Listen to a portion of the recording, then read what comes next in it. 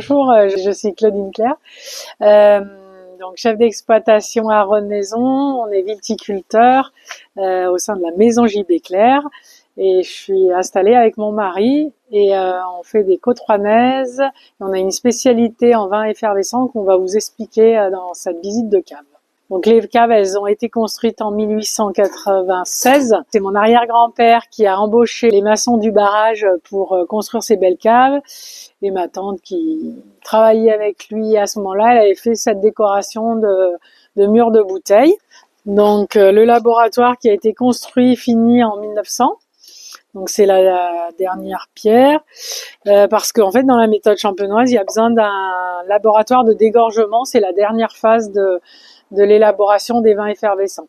Donc on va découvrir les caves.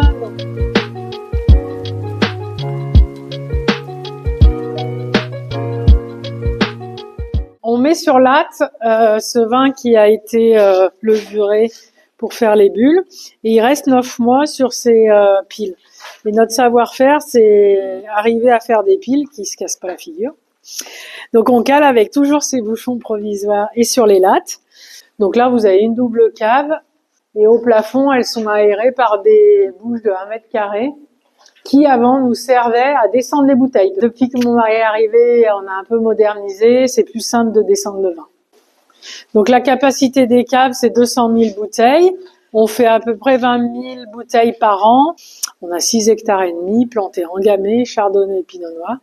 Les chardonnay pinot noir, ça nous sert à faire les rosés, les blancs et aussi les vins effervescents.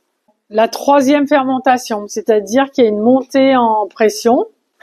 On arrive à la fin à 5-6 bars de pression. Et comme ici, sur le rosé, on voit bien le dépôt.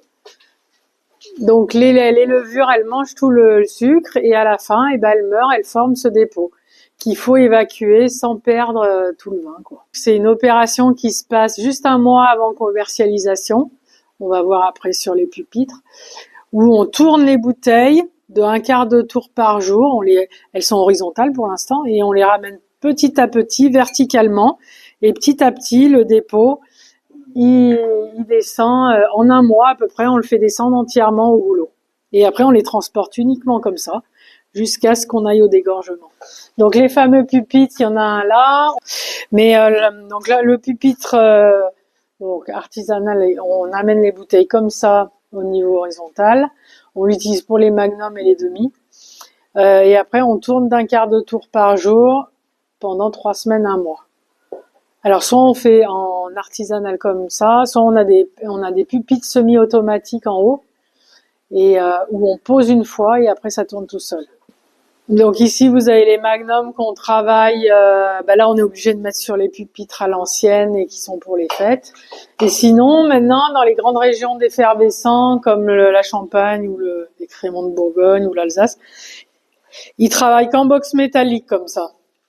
Donc eux ils ont une autre manière de travailler, ils les mettent toutes dans le même sens et ils ont des gyropalettes pour tourner les bouteilles 360 par 360 ou 500 bouteilles par 500 bouteilles.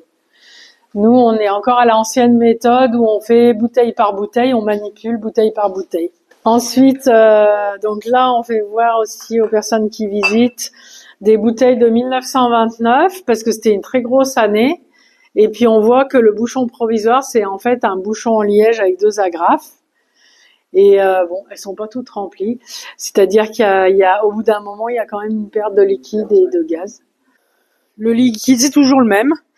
Moins 24 degrés, on prend la bouteille, on la décapsule ici, on dose ici, donc là les carafes mesurent 1%, 2% ou 4%, la boucheuse museleuse, donc on bouche et on muselle, ils sont là les muselés, le muselé là, avec notre logo. Ensuite on met au lavage et là ça sèche. Et ça part dans l'étiqueteuse. Et ensuite, une fois que c'est étiqueté, on prend les bouteilles et on les met en carton. Donc c'est une cartonneuse. Et après ça va sur les palettes et sur le Fenwick pour livraison. Servir le vin à 4 degrés, sorti du frigo. Donc c'est-à-dire qu'il faut le mettre la veille en général avant dégustation.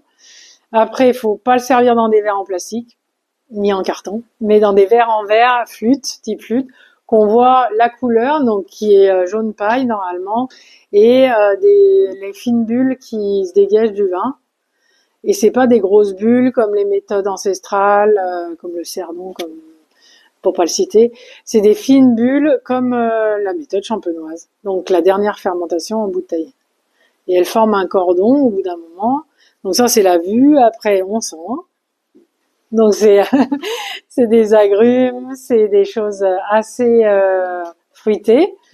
Et après on goûte en dernier au niveau de la bouche. Et on peut le cracher, on a un crachoir, mais on n'est pas obligé, on le met dans la bouche, on fait tourner et après on avale ou on crache.